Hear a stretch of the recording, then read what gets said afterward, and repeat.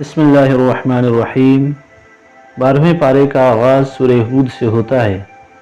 سورہ ہود کے آغاز میں اللہ تعالیٰ نے اس حقیقت کا ذکر کیا ہے کہ زمین پر چلنے والا کوئی چوپایا ایسا نہیں جس کا رزق اللہ تعالیٰ کے ذمے نہ ہو، اور اللہ تعالیٰ اس کے ٹھکانے کو اور اس کے پلٹنے کی جگہ کو نہ جانتے ہوں، اور یہ ساری تفصیل لوح محفوظ میں محفوظ ہے۔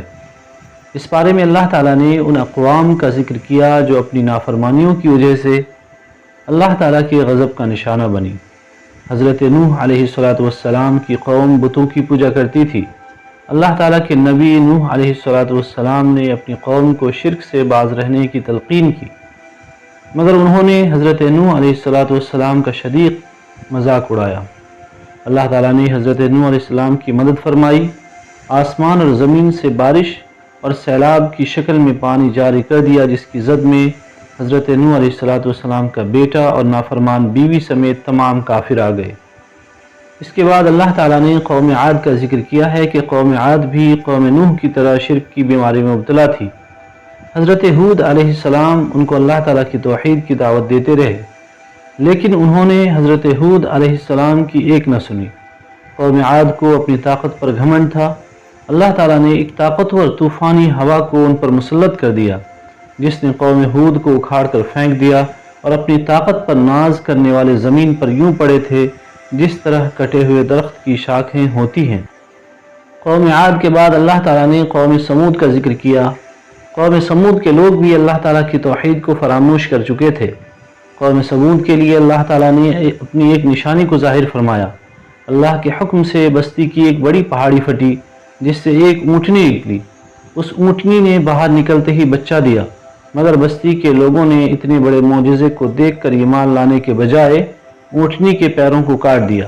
اس پر اللہ تعالیٰ غضبناک ہوئے اور ان پر ایک چنگھاڑ کو مسلط کر دیا۔ فرشتے نے چیخ ماری اور اس چیخ کی وجہ سے بستی کے لوگوں کے بھیجے اور دماغ پھٹ گئے۔ اس کے بعد اللہ تعالیٰ نے قوم لوط کا ذکر کیا۔ قوم لوط کے لوگ ہم جنس پرستی کی عادت بد کا شکار تھے۔ اللہ تعالیٰ نے قوم لوط کے پاس عذاب والے فرشتے بھیجے اور ان فرشتوں کو حکم دیا کہ وہ بدکاروں کی اس بستی پر عذاب مسلط کر دیں۔ فرشتوں نے بستی کو اپنے پروں پر اٹھا کر زمین پر پھینک دیا اور پوری بستی کو پتھروں سے کچل دیا۔ اس کے بعد اللہ تعالیٰ نے قوم مدین کا ذکر کیا جو شرک کی برائی کے ساتھ ساتھ ناجائز منافع خوری کا شکار تھی۔ اللہ تعالیٰ نے ان پر اسی طرح کی چیخ کو مسلط کر دیا جس چیخ کے ساتھ قوم سمود تباہ ہوئی تھی۔ سورہ ہود کے بعد سورہ یوسف ہے۔ سورہ یوسف میں اللہ تعالیٰ نے حضرت یوسف علیہ السلام کے واقعے کو بیان کیا ہے۔ حضرت یوسف علیہ السلام نے بچپن میں ایک خواب دیکھا کہ 11 ستارے، سورج اور چاند انہیں سجدہ کر رہے ہیں۔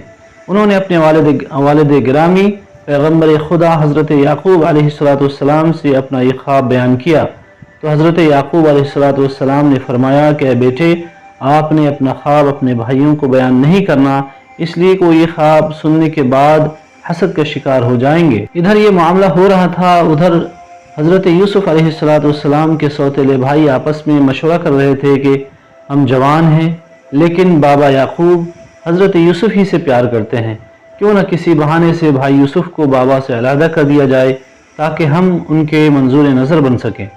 بھائی اکٹھے ہو کر حضرت یعقوب علیہ السلام کے پاس آئے اور کہا کہ آپ بھائی یوسف کو ہمارے ساتھ کیوں روانہ نہیں کرتے؟ وہ ہمارے ساتھ جنگل کی طرف جائیں گے اور ہم ان کے ساتھ کھیلیں گے۔ حضرت یعقوب علیہ السلام نے کہا کہ مجھے ڈر ہے کہ کہیں تم اپنے کاموں میں مصروف ہو جاؤ اور کوئی بھیڑیا اس کو کھا نہ جائے۔ بھائیوں نے کہا کہ بابا ہم جوان ہیں اور یہ کیسے ممکن ہے کہ ہمارے سوتے ہوئے کوئی بھیڑیا ہمارے بھائی کو کھا جائے۔ حضرت یعقوب علیہ السلام نے ان یقین دہانیوں پر حضرت یوسف علیہ السلام کو اپنے بھائیوں کے ساتھ روانہ کر دیا۔ حضرت یوسف علیہ السلام کے بھائیوں نے حضرت یوسف کو ایک کنویں میں پھینک دیا اور رات کے وقت روتے ہوئے حضرت یعقوب علیہ السلام کے پاس آ گئے کہ بھیڑیا یوسف علیہ السلام کو کھا گیا ہے۔ اس پر حضرت یعقوب علیہ السلام نے کہا کہ میں صبر کروں گا، اللہ کو پتہ ہے کہ حقیقت کیا ہے۔ حضرت یوسف علیہ السلام جس کنویں میں موجود تھے وہاں سے ایک قافلے والوں کا گزر ہوا۔ انہوں نے پانی نکالنے کے لیے کنویں میں ڈول ڈالا۔ حضرت یوسف علیہ السلام ڈول سے لٹک کر کنویں سے باہر نکل آئے۔ اہل قافلہ مصر جا رہے تھے۔